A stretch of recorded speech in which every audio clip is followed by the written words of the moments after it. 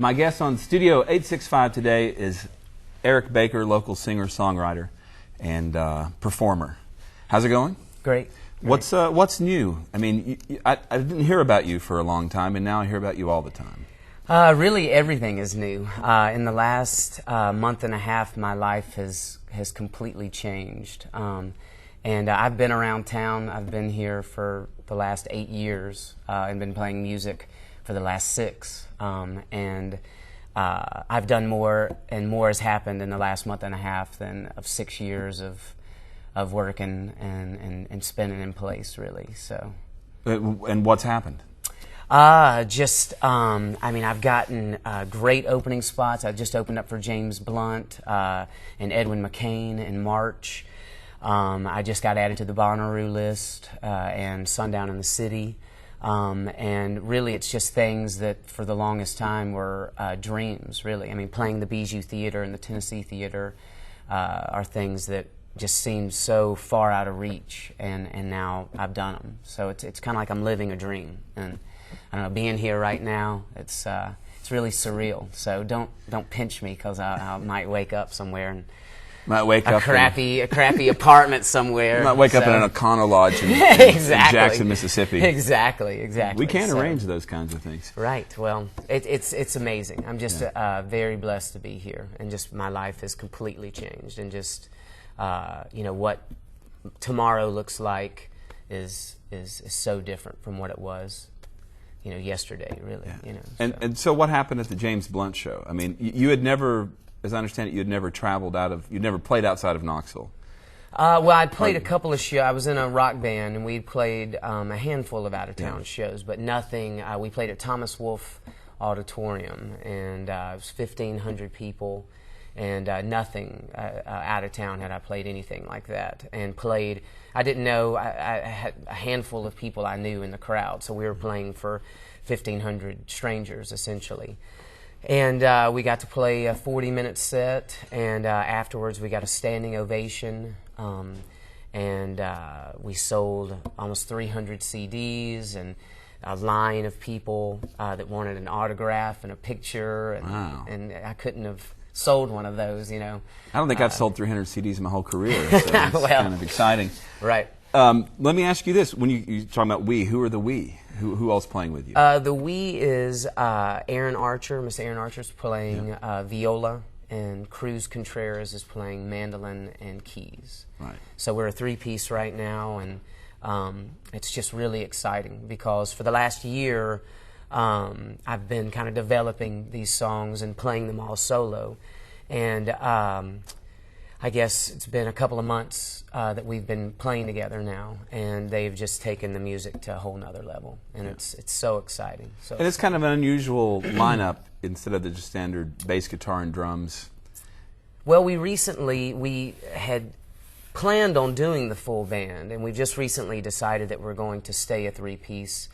Just because the initial vision of the music was that it would be musically minimal and emotionally complex and powerful, and I think that through the minimalism of the music, it's almost, the songs are more powerful. The less is more approach, and it's worked so far. So hopefully it'll continue. And more room in the van. More room in the van, exactly. That's right. And there's always a tiebreaker. You can never, like in a 4-piece band. That's true. Sometimes they're stalemates, but in a 3-piece or a 5-piece, there's always a tiebreaker. Or 2 people can gang up on one person. That's true. That's true. So I haven't thought about that yet. Yeah, don't think about that too much, unless actually the other 2 are wanting to gang up on you after the show. Right? Yeah. That's probably what it'll be. Your songs seem to really resonate with the audience. One of the ones that I think is my favorite is "Holding the Pieces in Place." What can you tell me about that one? It's a fairly new song. It's not on the EP that I released, and it's really the hardest song that I've ever written, because it deals with losing someone who's real close, and it took me forever to get through it. And I've dealt with so many emotions in my life, but that was really a hard one to deal with, and it just is actually written to. My fiance is who it's written to, and it's just when you lose someone, that you reach that point in your life where, or after the loss, where you can't be comforted. You know, you just, no matter what you say or what anyone does, it just doesn't make the pain go away. And the song is just me reaching out to her and you know, wanting to comfort her. Broken whisper, I can hear you crying tonight. Empty words and arms can't make it alright. You run out of questions without answers to all. The cold caress of helplessness inside you.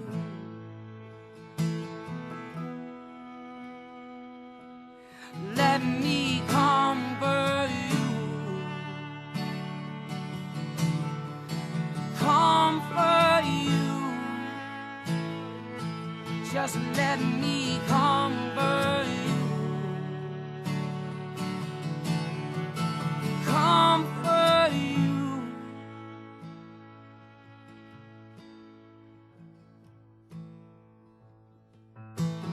Losing hope in little memories every day. Red hairs on the floor are being swept away. I can't fix what's broken, but I want the pieces in place. So let me put my loving arms around.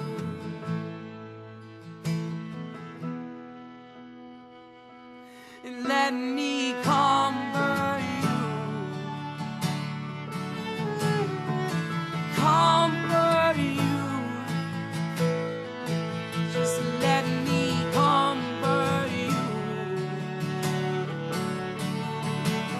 Comfort you.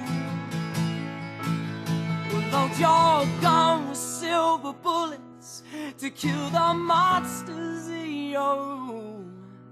A kiss to wash the ashes from your mouth. Your bleeding knees a prayer. Press lips against your heart. Dance with your shadow in the open doorway light.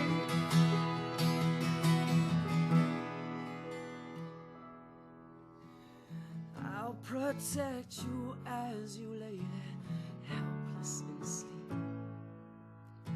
The heartbreaking flowers and the magnolia trees. Don't let your life forget to forgive what it has done.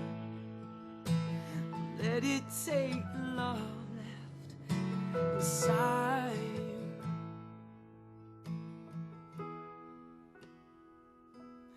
Let me comfort you. Comfort you. Just let me comfort you. Comfort you.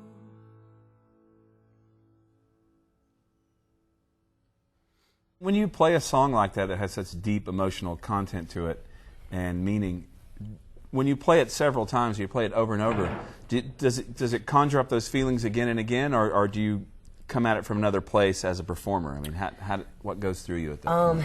The beauty of the songs that we're playing is that they're all chapters of my life and experiences, and every time I play them, it takes me right back to those emotions, and it's not you know, trying to put on a show and act like I'm getting into it. I'm able to you know, just really connect with the original emotions of the song every time I sing them. And I think that comes across, and I think that's one of the things that's resonating with people, is that when I perform, I'm just opening up and, you know, showing my vulnerability and the pain that I've been through.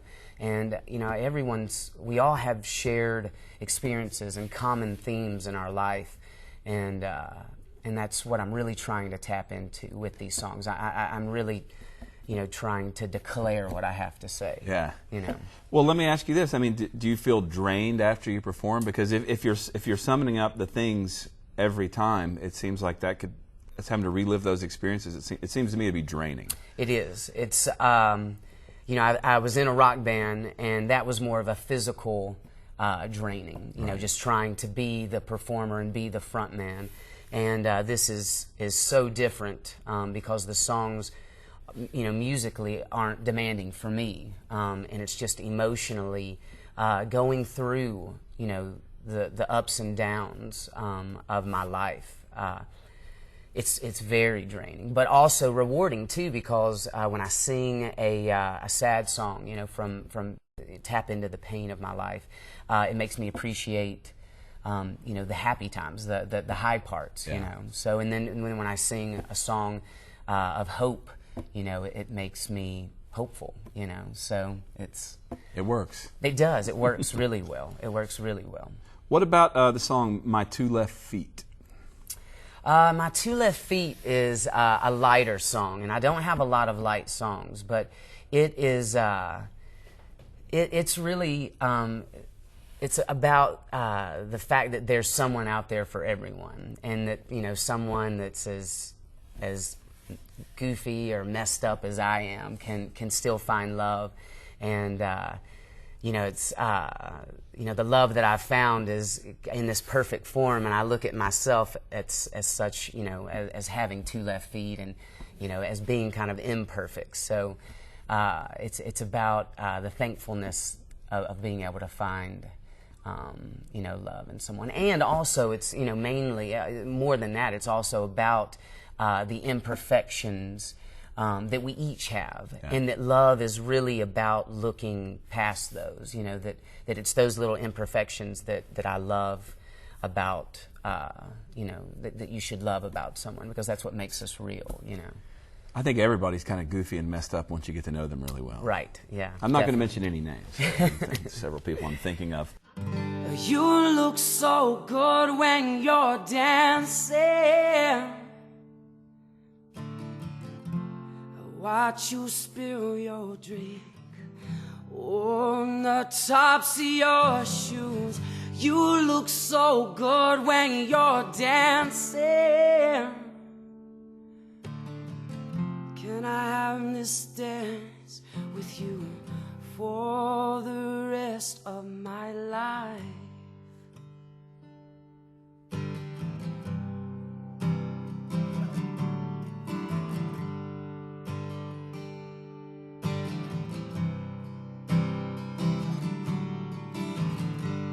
All your crooked teeth make a perfect smile. I buy a wall full of clocks if it stopped time for a while. I love to watch your mouth move with the words of the songs. I don't care if they're right or wrong, 'cause you look so good when you're dancing. I watch you spill your drink on the tops of your shoes. You look so good when you're dancing.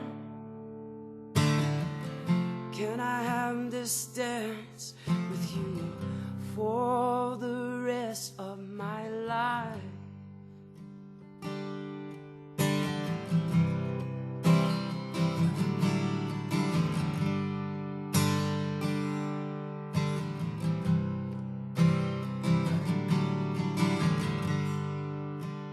Love is like water, shaped from the shores that it meets. Your delicate fingers and my two left feet, me in my stiff Sunday clothes, pressed starch pants. We'll keep the light at our backs and watch our shadows hold hands.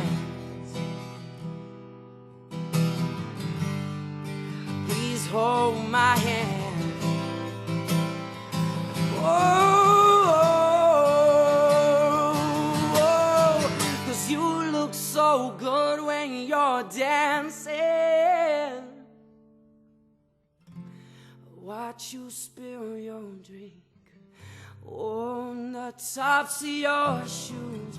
You look so good when you're dancing. Can I have this dance with you for the rest of my life? Can I have this dance with you? Can I have this dance with you for the rest of my life?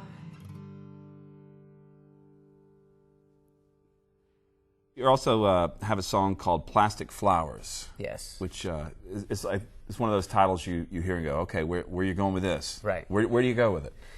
Well, this is one of the songs that I'm most excited about right now because I was talking about the addition of Aaron and Cruz and where they've lifted the music to. And this was a song that Cruz arranged as just primarily a piano. It's a piano-based song. And it is written from the perspective of an elderly man. And most of my songs are from my experiences, but this is kind of a fictional song that I wrote from the perspective of an elderly man because I found written down in one of my notebooks just the words plastic flowers. And just on that morning I started thinking about, you know, who would buy plastic flowers and trying to just figure that out. For some reason it jumped out. And my mother was a florist for 25 years, and I delivered for the flower shop for delivered flowers and whatnot. And oftentimes I'd have to deliver flowers to grave sites and whatnot, and most of them were plastic flowers to be able to endure the weather and everything. So I got into the head of an elderly man who has lost his wife, his lover, and that every day he goes and sits by her graveside and talks to her and everything, brings her flowers and whatnot. And on this particular day, he brings plastic flowers, and because he knows that soon he's about to die and be by her side. So, and he knows that the flowers will never die. You know, that he can leave those and they'll always be there. Sink is empty, still leaks water. I count the time by every drop that falls. The grass is high, how you like it. I can see it tickle your ankles now. The screen door is screaming at me. It's the only thing I've talked to in days. Sorry I'm late, but I bought these for you. Plastic flowers for your bed. And someday soon I'll be by your side, and your flowers will never die.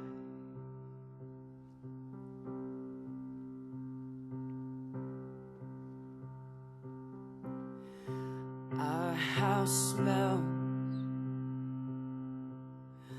like burnt coffee.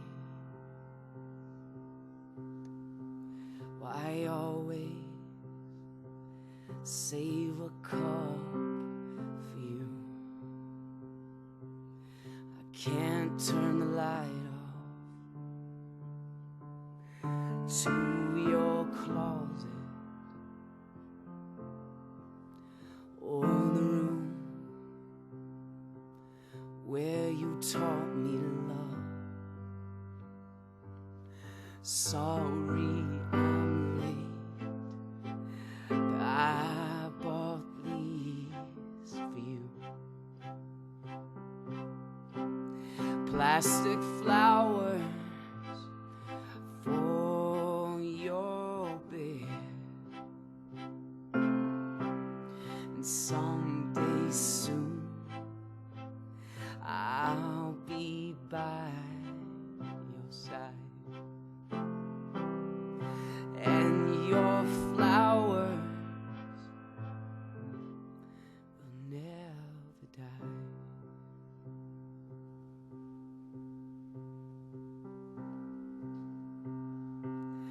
Sorry I'm late, but I bought these for you.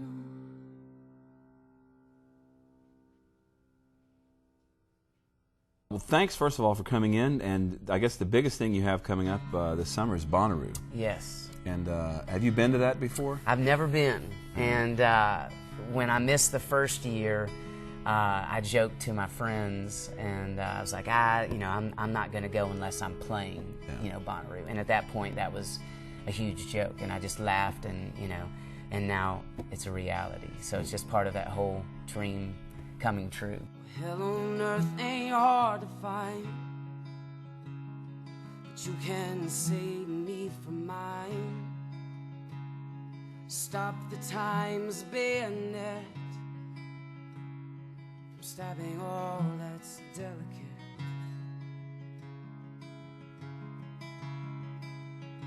I won't be afraid of growing old if I have your hand to hold. I'm looking for eternity. Will you find it with me?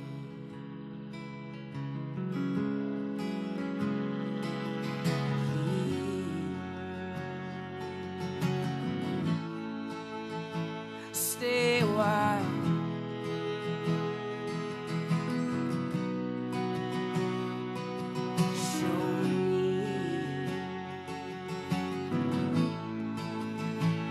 How to smile.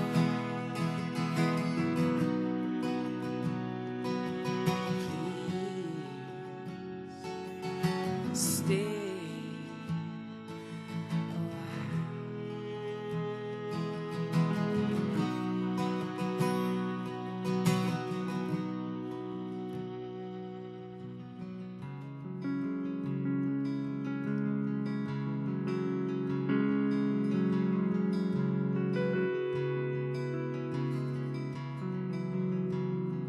I am not a great man, but I'll give you all I can. I'll be the lashes on your eyes and catch every tear that you cry.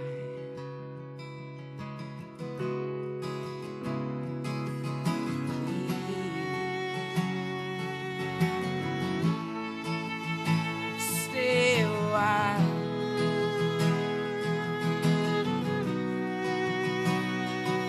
Show me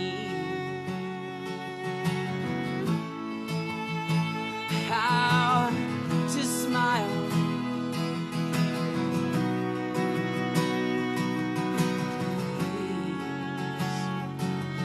Please stay a while.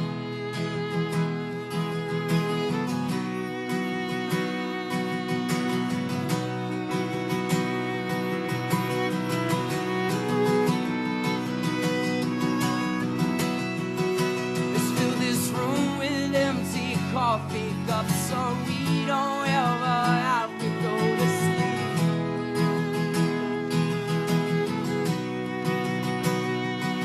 'Cause if I close my eyes, I fear tomorrow won't let you stay with me.